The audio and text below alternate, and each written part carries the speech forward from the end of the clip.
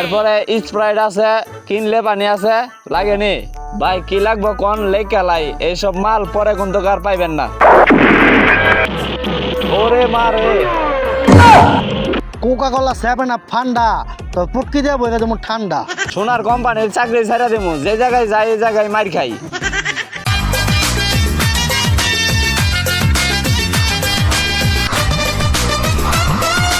কি লাগবো ভাই? ভাই আমার একটা। কোকা কোলা, ঠান্ডা, 7 আপ, পেপসি। কি লাগবো ভাই? ভাই আমার একটা।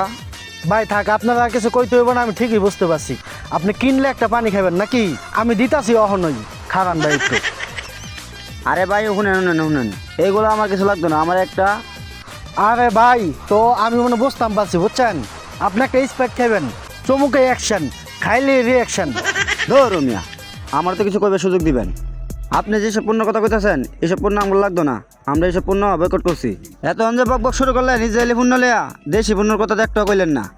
দেশকে ভালোবাসেন, দেশের মানুষকে ভালোবাসতে শিখেন। ইসরায়েলি পণ্য বয়কট করেন, ফিলিস্তিনের সাথে থাকেন, ইসলামের সাথে থাকেন, দেশি পণ্য বিক্রি করেন। ভাই আমার কথাতে আপনি রাগ করেন না, দেখতেই তো আছেন দেশের কি অবস্থা। এই ফিলিস্তিনের মুসলমানকে এই ইসরায়েলি কেমনে গণহত্যা করতেছে। ভাই আমরা তো ক্লেমন আছে একটা, আপনার কাছে যদি থাকে দেশি পণ্য তাহলে আমার একটা ক্লেমন দেন। ভাই আমার কাছে তো কেলেমন নাই, মজু আছে, মজু দেই। আচ্ছা ঠিক আছে ভাই দেন।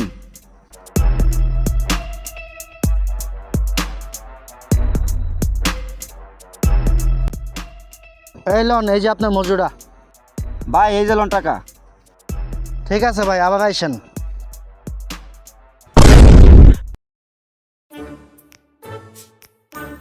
ভাই ঠান্ডা কিছু লাগে, 7 আপ, ঠান্ডা, মেরেন্ডা, কোকা কোলা। এরপরে স্প্রাইট আছে, কিনলে পানি আছে, লাগেনি ভাই কি লাগবো কোন লেখালাই এইসব মাল পরে কিন্তু আর পাইবেন না।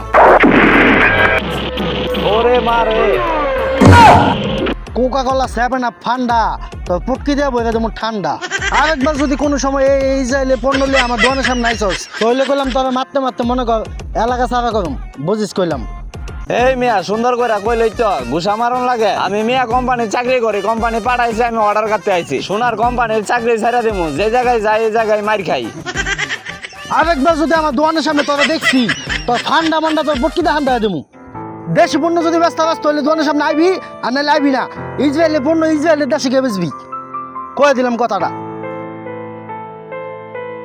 মুসলমান ভাইয়েরা ইসরায়েলে পণ্য বয়কট করেন, ফিলিস্তিনের পাশে থাকেন। ভিডিওটা ভালো লাগলে শেয়ার করে দিবেন।